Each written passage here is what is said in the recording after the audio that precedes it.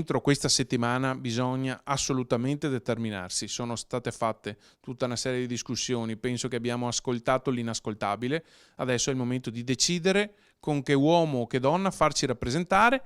Insomma, venerdì San Valentino si deve decidere. Chissà che la festa degli innamorati non metta tutti d'accordo e renda più dolce e distesa la direzione del Partito Democratico convocato per scegliere definitivamente che strada intraprendere per le regionali.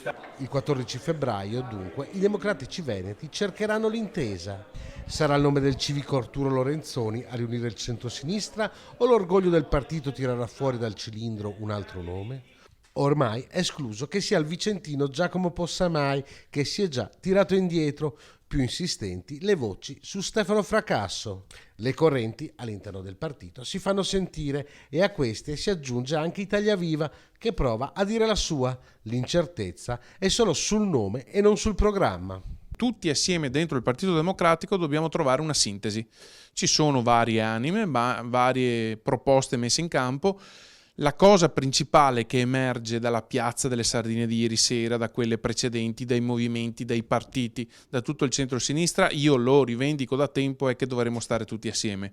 Non mi pare che ci siano le condizioni perché qualcun altro, come dire, vuole un po' distinguersi, contarsi. Non serve, non fa il bene di una proposta alternativa al governatore uscente.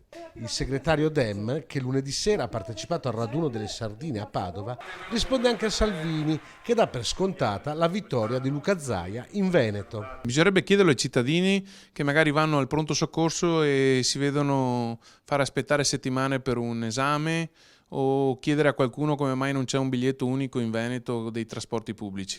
Io penso che ci sia un'onda lunga nuova che parla un Veneto diverso e che qui noi dobbiamo sapere interpretare.